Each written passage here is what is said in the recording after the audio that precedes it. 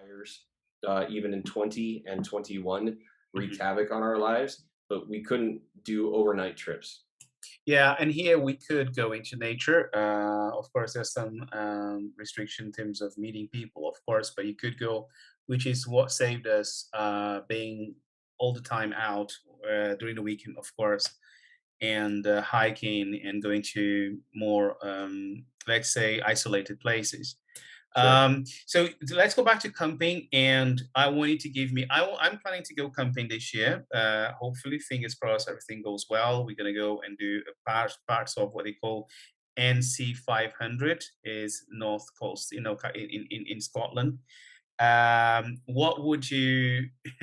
What are the, like I'm saying, like say like what would you tell me? I'm completely like green in terms of camping, right? I go a lot into nature, but I go and come back or stay in a hut or something like that. But now, what would you say if someone's just about to start?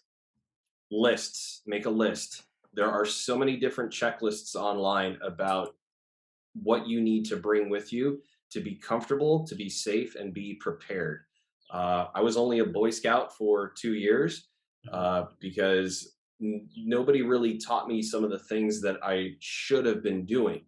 Yeah, there was a book, but I was too hyper to read the book. But it doesn't tell you, and there wasn't the internet to help me research what sleeping bag am I going to need for what the temperature is going to be.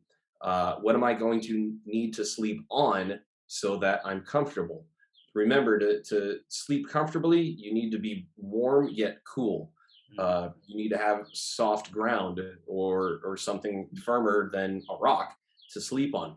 Me personally, I don't like to be unleveled. If my head is below my feet, Yeah, I I'm don't not like going to that. sleep. I got to sleep heads up. So you got to be able to survey your camp spot and make sure that you're setting up your tent on level ground.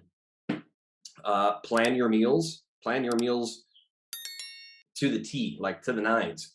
Mhm. How many eggs do I need? What are we having for lunch? How am I going to keep it cold? Having the proper cooking equipment and utensils, not overpacking heavy things. Man, we've got this down to a science. We've got a little three Really? drawer. Yeah, we've got a little three drawer, like little plastic bin that's got coffee, cleaning supplies, all of the lightweight Wow. stuff.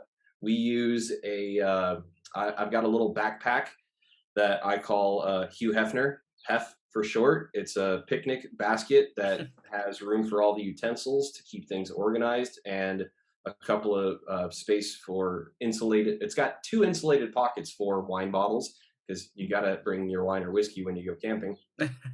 It's having all of these things organized in a way that you can pull them out all together, clean it up, and put it all back together. Especially, it sounds like if you're car camping where you're rolling everything to one Yeah, yeah. spot and your car is right next to where you're going to be without having to open and close doors 1,000 times, letting in the bugs.